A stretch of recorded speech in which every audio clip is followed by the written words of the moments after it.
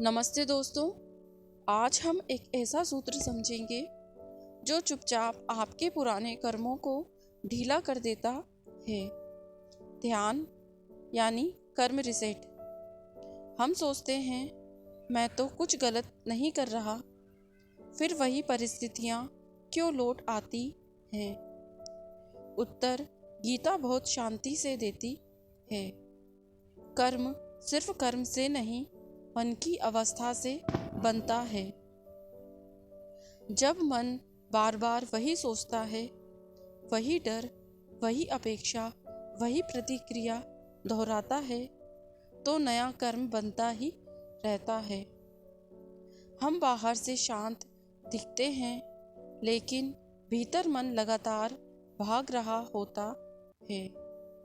और वही भागता हुआ मन पुराने संस्कारों को फिर से सक्रिय कर देता है।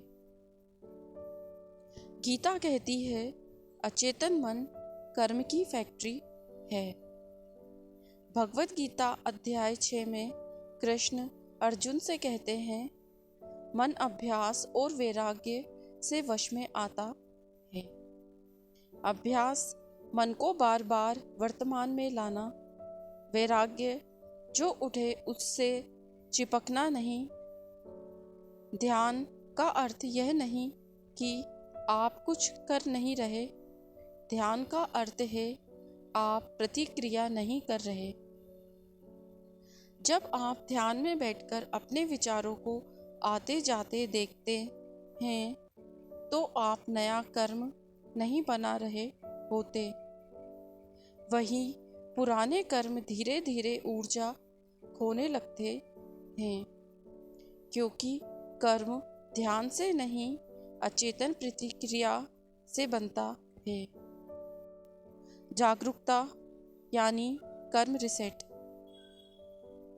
ध्यान कोई पलायन नहीं है,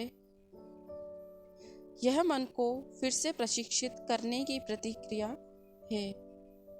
जैसे जैसे मन शांत होता है, वैसे वैसे कर्म ढीले पड़ते हैं और जीवन हल्का होने लगता है।